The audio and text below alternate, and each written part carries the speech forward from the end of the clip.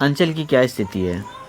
आज आपको बिहार में अंचल कार्यालय सबसे ज़्यादा भ्रष्ट नजर आएगा। आप देखोगे कि पिछले 4-5 महीना पहले सर्वे चल रहा है, संपूर्ण बिहार में सर्वे चल रहा है, लेकिन सर्वे के नाम पे जो आज यहाँ लाखों करोड़ों रुपया गरीब किसान मजदूरों का जो लूट करके अमीन और कर्मचारी चला गया, इस पे किसी जनप्रतिनिधि का अंकुश नहीं लगा। कहाँ चला गया? वो कर्मचारी ट्रांसफर होकर चला गया, वो रजिस्टर कहाँ फेंक दिया, और रजिस्टर भी नहीं। हाँ, माल तस्सीली के लिए यह सर्वे हो रहा न्यूज था। के सभी दर्शकों को मेरा प्रणाम। मैं हूं नारायण कुमार चौधरी।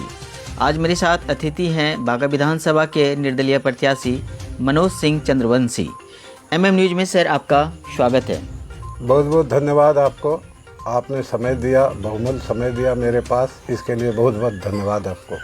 जी, MM न्यूज के सभी दर्शकों को आप अपना राजनीतिक करियर के बारे में बताएंगे, कहाँ से स्टार्ट किए थे? हम अपना राजनीतिक करियर सन 1994 में अखिल भारतीय मजदूर कल्याण सेवा संघ के सदस्यता ग्रहण किए। वहीं से मेरा राजनीतिक करियर गरीबों के बीच, दलितों के बीच, पीड़ितों के बीच से हमारा राजनीतिक करियर स्टार्ट हुआ। और सन 2001 में हम जिला परिषद का चुनाव लड़े बांका से उत्तरी से, जहाँ की कुछ ही मत से हम चुनाव हारे थे। उसके बाद दोबारा 2006 में हम चुनाव जब लड़े उसी क्षेत्र से, तो लोगों ने रिकॉर्ड मत से चुनाव हमको जिताया, और फिर दोबारा भी हमको चुनाव लोगों ने जिताया। महत्वपूर्ण बात यह है कि लगातार हम 2 बार प्रतिनिधित्व किए, लेकिन यहाँ के भ्रष्ट पदाधिकारी के कारण जब हम देखे कि जिन लोगों ने हमको भेजा है, जिस काम के लिए भेजा है, हम काम नहीं कर पा रहे थे पदाधिकारियों के कारण, जिसके कारण हम अपने अवधि से 6 माह पहले इस्तीफा भी लिख दिए। जैसे बता रहे हैं दर्शकों को कि मतलब 6 महीना आपका कार्यकाल था जिला परिषद में, फिर भी आप अपना इस्तीफा सौंप दिए, क्या कारण रहा था? कारण रहा कि किसी भी कार्य को लेकर के यदि सदन में भी कोई मामला को हम लाते थे, तो राजनेता और पदाधिकारी ने मिल करके उस मामला को प्रोसीडिंग में भी आने नहीं देता था, जिससे कि हमारा हमेशा सदन में विवाद होते रहा। एक दिन ऐसा परिस्थिति आया कि हम और मिट्ठन यादव, एक जिला पार्षद थे चांदन से, दोनों ने एक साथ इस्तीफा दे दिया गुस्से में कि जब काम ही नहीं कर पा रहे हैं, हम लोग का काम ही नहीं हो रहा है, जिनके लिए हम आए हैं, जिसका आवाज़ बनने के लिए हम आए हैं, जिसका विकास करने के लिए हम आए हैं, मेरा काम ही नहीं हो रहा है, तो ऐसे पद पे रह करके हम क्या करेंगे, इस्तीफा दे। बांका विधानसभा में आप कितने बार मतलब अपना भाग्य को आजमा चुके हैं? सन 2010 में हम यहाँ बांका विधानसभा में बहुजन समाज पार्टी के सिंबल पे विधानसभा का चुनाव लड़े थे, और लगातार लोगों के बीच में रहते हैं। और फिर जो है इस बार लोगों के बीच जब घूम रहे थे, तो लोग यहाँ के स्थानीय प्रतिनिधि से, जो लगातार 35 वर्ष से बांका का नेतृत्व कर रहा है, चाहे वो राष्ट्रीय जनता दल के प्रत्याशी हो या बीजेपी का प्रत्याशी हो, लगातार 35 वर्ष से इन लोगों ने जो यहाँ प्रतिनिधित्व किया, इससे लग रहा है कि कहीं न कहीं बांका विकास से कोसों दूर है। क्योंकि जो जन्मीन विकास होना चाहिए, शिक्षा, आज शिक्षा का यह बदहाली है बांका में कि एक PhD करने का यहाँ साधन नहीं है, LLB करने का यहाँ साधन नहीं है। गरीब गुरबा यदि किसी तरह अपने बाल बच्चा को पढ़ाना चाहता है, तो आप समझिए कि उसको बड़ा कठिनाई से भागलपुर भेज करके पढ़ाना पड़ता है। इसमें कहीं न कहीं स्थानीय मंत्री, जो विधायक मंत्री रहे यहाँ, उन लोगों ने कभी इस पे ध्यान नहीं दिया। इसलिए ध्यान नहीं दिया कि वह नहीं चाहता है कि यहाँ का गरीब गुरबा का बच्चा पढ़ करके आगे बढ़े, क्योंकि पढ़ लेगा तो हमसे सवाल करने लगेगा, इसलिए चाहता है वो यहाँ पढ़ाई नहीं हो। यह किनकी जवाबदेही है? आप लगातार मंत्रालय में रहे हैं, दोनों दल के लोग मंत्रालय में रहे हैं, फिर भी आपको बड़ा आश्चर्य होगा कि बांका में विकास नाम का कहीं कोई चीज़ नहीं है। बांका आप देखे होंगे ना। सर रोकना चाहेंगे हम आपको, इस बार आप निर्दलीय चुनाव लड़ेंगे जी। जनता जानना चाहेगी कि 2010 में आप BSP से चुनाव लड़े थे, फिर इस बार आप निर्दलीय कैसे आ गए, क्या कहेंगे इस पर? हम देखे क्षेत्र में घूम करके, तो लोग, जनता जो यहाँ का है मालिक, जनता मालिक का कहना है कि आप दल से चुनाव यदि लड़ते हैं तो बड़ा दल आपको सिंबल देता नहीं है, छोटा दल सिंबल देता है और वो कहीं न कहीं भटक जाता है वोटर। इसलिए आप दल से नहीं निर्दलीय चुनाव लड़िए, ताकि सभी समाज, सभी वर्ग, सभी समुदाय के लोग, चाहे वह जिस मजहब से जुड़ा हो, सभी लोग आपको मदद करेगा। इसलिए आप निर्दलीय चुनाव लड़िए।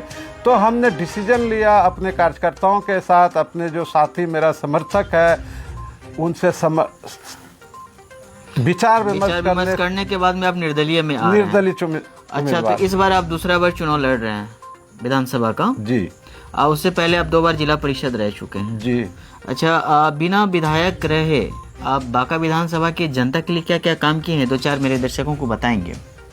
जैसे हम जब जिला परिषद का हमारा अवधि खत्म हुआ तो मेरा क्षेत्र हो गया महिला, और जब महिला क्षेत्र हो गया तो लोगों ने हमको कहा, क्षेत्र के जनताओं ने हमसे, मालिक ने कहा कि मनोज जी आप किसी महिला घर से महिला को उम्मीदवार बनाइए और इस सीट को आप सुरक्षित अपने पास रखिए। लेकिन मेरा अंदर से दिल अलाउ नहीं किया कि किसी महिला को हम उम्मीदवार बनावें और उसको हम चुनाव लड़ावें। ये मेरा दिल अलाउ नहीं किया। मेरा ये क्वेश्चन नहीं था, मेरा ये क्वेश्चन था कि आप बिना विधायक रहे पूरे बांका विधानसभा में क्या क्या काम किए हैं जनता के लिए, ये मेरे दर्शकों को बताएंगे। जैसे आप विधायक बिना रहे, हम मान लिया किसी तरह की भी समस्या क्षेत्र में होता है तो यदि हमको सूचना उपलब्ध हो जाता है, किसी तरह से हमको जानकारी प्राप्त हो जाता है तो तुरंत हम स्थल पे पहुंचते हैं और स्थल पे पहुंच के जो व्यवस्था होना चाहिए वह उसके लिए, चाहे गाड़ी का, एम्बुलेंस का व्यवस्था हो या डॉक्टरों का व्यवस्था हो, तो डॉक्टर को भी हम टेलीफोन करते हैं या अपने से जा कर के भी हॉस्पिटल में जो उसका ट्रीटमेंट कराते हैं। पिछले दिन मोतीहाट पेट्रोल पंप के पास एक बच्ची का एक्सीडेंट हुआ था, उसमें हम खड़ा रह करके उसको लाश को भिजवा करके थाने में जो उसका प्रक्रिया है, हॉस्पिटल में जो उसका प्रक्रिया, सारा प्रक्रिया, और मतलब आप लोगों के बीच में रहते हैं। हर नेताजी ये बात बोल सकते हैं हम आपको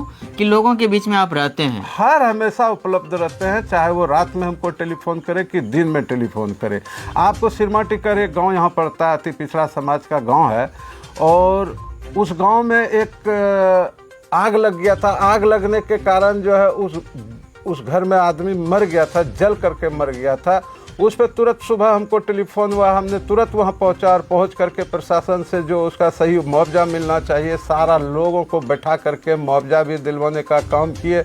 हर हमेशा आप समझिए, और बांका विधानसभा का लगभग लोग भी जानते हैं, जनता मालिक भी जानते हैं कि मनोज चंद्रवंशी किसी न किसी परिस्थिति में हर हमेशा लोगों के बीच खड़ा रहता है। इसीलिए आप मैदान में आए हैं।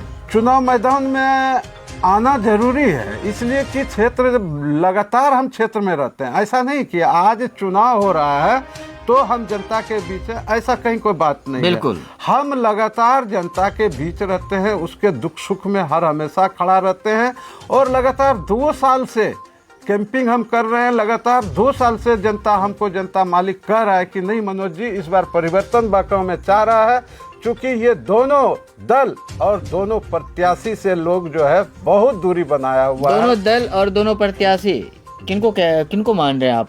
जैसे दोनों दल ही यहाँ चुनाव लड़ता है। आरजेडी से आपका जावेद इकबाल साहब चुनाव लड़ते हैं, आपका बीजेपी से आदरणीय राम नारायण मंडल जी चुनाव लड़ते हैं।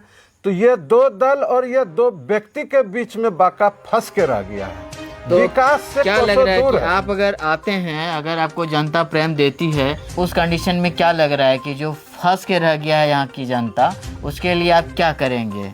सबसे पहले तो यदि जनता जनार्दन, यदि मालिक हमको आशीर्वाद देते हैं तो सबसे पहला मेरा होगा कि शिक्षा को दुरुस्त करना। दूसरा क्या रहेगा? दूसरा होगा स्वास्थ्य का व्यवस्था। जो यहाँ आज हॉस्पिटल आप चले जाइए, बड़ा हॉस्पिटल बना है बांका में, हॉस्पिटल आप चले जाइए और पेशेंट आपका जरा सा किसी नर्स से, डॉक्टर से, किसी से थोड़ा सा ऊंची आवाज में यदि बात कीजिएगा तो तुरंत आपका कागज मंगाएगा, कागज लाइए, कहाँ है चिट्ठा लेगा, उस पर रेफर टू भागलपुर।